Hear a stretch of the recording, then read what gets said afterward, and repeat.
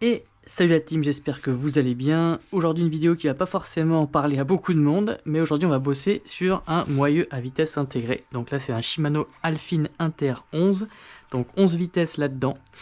Donc là c'est monté sur un vélo un peu particulier puisqu'on est sur un elliptique. Donc un vélo elliptique, c'est un vélo sur lequel on pédale debout.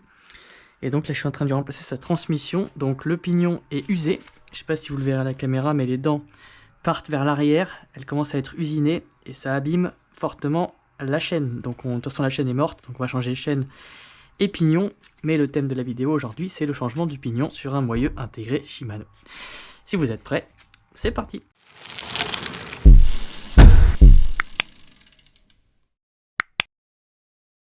Alors pour ce faire c'est pas très compliqué, il n'y a pas besoin de beaucoup d'outils. Une fois que vous avez sorti votre roue du vélo, quel qu'il soit, vous aurez besoin d'une pince à circlips inversée, donc qui extériorise qui écarte les circlips, ou d'un tournevis plat de petite taille, parce qu'on peut se passer de la pince à circlips, même si c'est compliqué honnêtement, mais on peut s'en passer. Alors c'est dans un tournevis. Et bien sûr il vous faut le petit pignon de remplacement, donc là c'est un 18 dents. La référence, c'est celle-ci. Voilà. Bon, première chose, on va enlever le boulon de fixation de la roue. Donc moi, ce que je vous conseille, c'est de mettre les pièces dans l'ordre dans lequel vous les avez sorties. Donc du haut vers le bas. Donc hop, hop. Là, vous avez une petite cale. C'est marqué lock. Vous ne le verrez pas, mais c'est marqué lock. Donc c'est locké, c'est verrouillé. C'est ce qui empêche que le système sorte. Donc on vient la faire tourner en sens anti-horaire. Voilà. Vous l'enlevez. Ça va venir tout seul normalement. Voilà. Donc vous ne pouvez pas vous tromper, vous avez le petit point rouge en face du petit point rouge. Je ne sais pas si vous le verrez à la caméra, il y a un point rouge et un point rouge. Et là il y a des cannelures qui correspondent en fait à des cannelures qu'il y a sur le moyeu. Il y a aussi un petit point rouge là et un petit point rouge là. Donc en fait il faut juste aligner les choses, on ne peut pas se tromper. C'est plein de détrompeurs. Par contre, pour éviter de se planter quand même, on le met dans l'ordre, même ordre qu'on l'a démonté. Là, il y a un petit cache-poussière ici qui va nous gêner pour atteindre le circlips. Donc là vous prenez un petit tournevis plat et vous venez passer en dessous, vous le faites sauter délicatement, il ne faut pas l'abîmer. Voilà, hop, pareil, on le met dans l'ordre.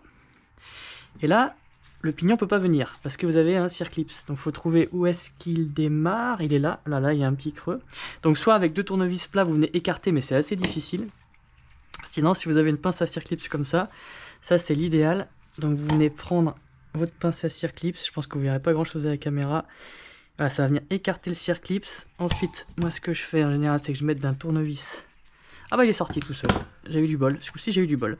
Sinon, souvent je mets d'un tournevis pour soulever le circlips. Voilà, il est sorti. Et là, en principe, ça sort tout seul. Voilà. Donc là, on note bien que la forme est concave. Donc il faut que le concave soit dans ce sens-là. Faut pas se tromper de sens. De toute façon, vous pouvez pas. Ça toucherait, ça passerait pas bien. Voilà, ça, elle est usée, donc on voit que les dents, elles partent comme ça. Je sais pas si vous voyez bien, en fait, ça se verra peut-être pas à la caméra, mais elles sont usinées, en fait. Donc là, on voit qu'elles sont bien bouffées, donc il était temps de le changer, ce pignon. Donc on se munit tout simplement de son pignon neuf. Hop, qu'on vient positionner en lieu et place de l'ancien pignon. Vous avez trois petits ergots, là, faut pas vous tromper, il y a les formes sur le moyeu, tout simplement. Et ensuite, on va venir tout simplement remettre le circlip. Ça, c'est l'étape la plus chiante. Parce que ça demande un petit peu de force. Alors, il faut s'aider le mieux d'un tournevis plat. On vient prendre la fente et on va venir écarter le circlip. C'est juste une question de patience. Il faut s'armer de patience. Voilà, j'ai posé ma lame de tournevis. Et ensuite, on va venir pousser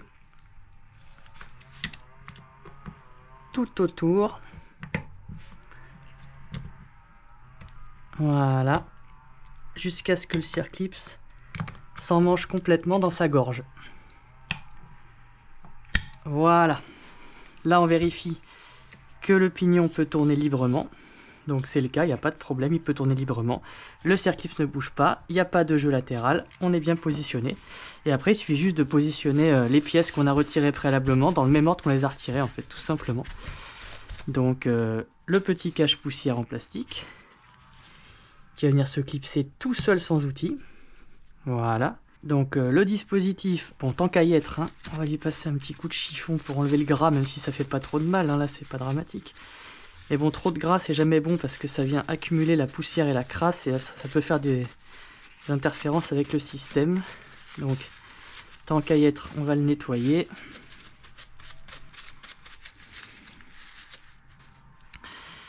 Et on vient le repositionner. Point rouge, point rouge, point rouge, point rouge. Tout est aligné au niveau des points rouges. Donc là on est d'accord, ça ne tient pas tout seul comme ça. On vient prendre la bague de verrouillage. Donc là vous avez des petites formes, pareil. On vient se mettre en face des petites formes correspondantes. Et on va venir le verrouiller. Donc là, le système ne peut plus sortir. Et puis après on n'a plus qu'à remettre. Bon, dans ce cas de figure là, après toutes les roues sont différentes. Hein, mais sur celle-ci en tout cas il y avait ce système de fixation là. Et vous avez une roue qui est prête à être remontée sur le vélo. Voilà, c'est vraiment simple, mais vraiment ce qui est important, c'est de bien garder l'ordre des pièces, parce que si jamais on s'embrouille, on n'en fait pas tous les jours des trucs comme ça, donc c'est un coup à se perdre l'ordre des pièces et à faire des bêtises. Voilà, c'était une petite vidéo qui parlera peut-être pas à tout le monde, mais je trouvais que c'était intéressant de vous la montrer, parce que je crois qu'il n'y a pas beaucoup de tutos sur YouTube pour ce genre de choses-là. Donc maintenant il y en a un. Allez, j'espère que ça vous a plu, n'hésitez pas à vous abonner, liker, partager, commenter, et puis on se retrouve très bientôt pour une nouvelle vidéo. Ciao la team!